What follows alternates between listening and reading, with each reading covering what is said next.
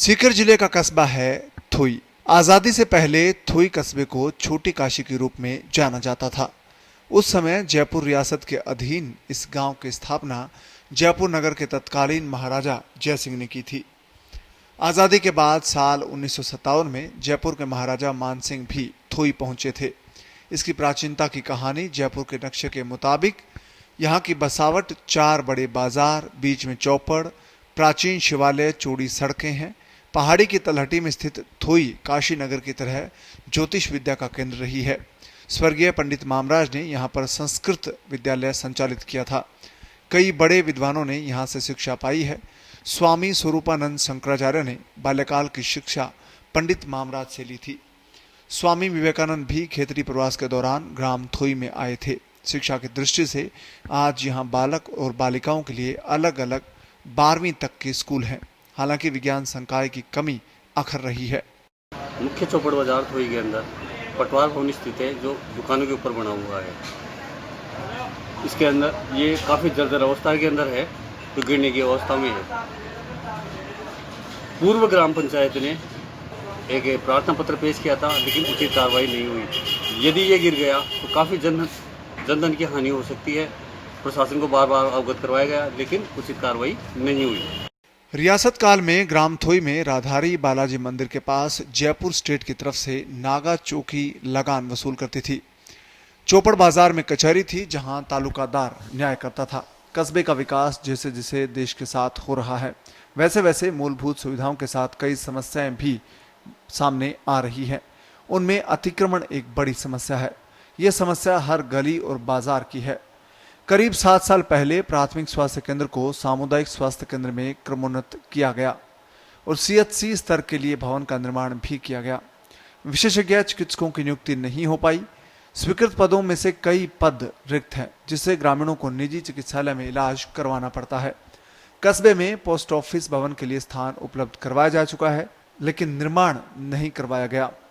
Post office किराए के कमरे में चल रहा है, इस कारण यहाँ पर पर्याप्त सुविधाएं नहीं हैं।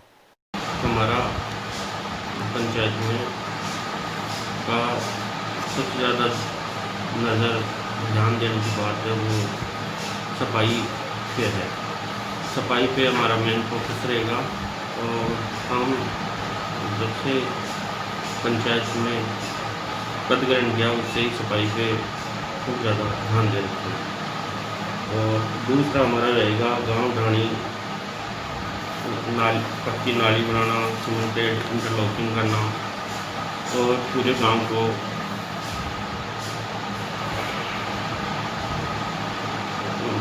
को लाइटें उपलब्ध कराना।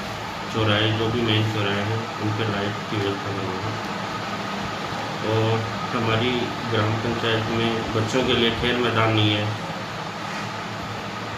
खेल मैदान उपलब्ध कराना। ग्राम थोई में साइंस संकाय की अति आवश्यकता है, क्योंकि यहाँ पे लगभग 200 से ज़्यादा परीक्षार्थी कक्षा 10th की परीक्षा प्रतिवर्ष देते हैं। उनको 10th पास करने के बाद विज्ञान अध्ययन के लिए अन्यत्र जाना पड़ता है। आज अगर थोई में साइंस संकाय खुलता है तो यहाँ के विद्यार्थियों के हित में है, गांव के विकास के हित में है।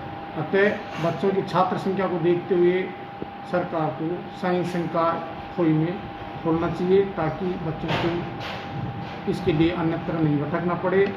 थोई में प्राचीन गोविंद देव जी मंदिर के अलावा जयपुर की तरह ही गोपीनाथ जी, रघुनाथ जी, सीताराम जी, नरसिंह जी, भूमिया जी और जैन मंदिर है।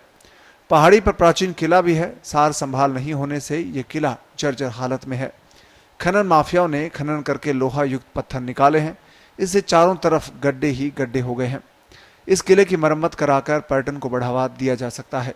आसपास के जो गांव ढाणियों में जाने वाले सड़क मार्ग हैं, जैसे कर्डका से चिपलाटा की तरफ जो मार्ग जाता है वह पूर्ण नहीं हो पाया है। इसकी वजह से गांव के विकास में वहां से आने जाने वालों को काफ़ी परेशानी का सामना करना पड़ता है। तो इस संबंध में प्रशासन के द्वारा विशेष प्रयास नहीं किया जाता है। तो यह भी एक आवश्यकता है कि चिपलाटा को वाया कर्डका होते हुए सड़क मार्ग से शीघ्र अगर जोड़ दिया जाए तो कस्बे के विकास में 4 चांद लग सकते हैं।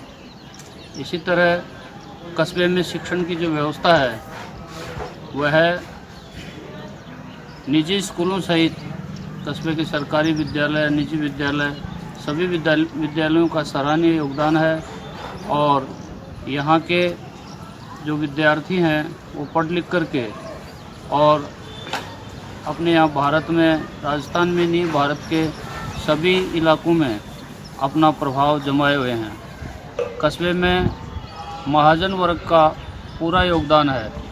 यहाँ की जो CHC है उसको प्राथमिक स्वास्थ्य केंद्र में जब निर्माण किया गया था तो उसमें महाजन वर्ग के लोगों का बड़ा योगदान है। इसी तरह बालिका विद्यालय है वो भी गांव के महाजन वर्ग के द्वारा बनाई गई है। महाजनों का गांव के विकास में अभूतपूर्व योगदान है। महाजन वर्गों के लंबे समय बाद गांव में रोजगार का अभाव होने के कारण से अधिकांश लोग पलायन कर गए हैं और बहुत सी हवेलियां खाली हो गई हैं। तो वो उनमें से कुछ हवेलियां जर्जर हालात में पड़ी हुई हैं। शंभू दयाल शर्मा, संवाददाता, पत्रिका TV, थोई।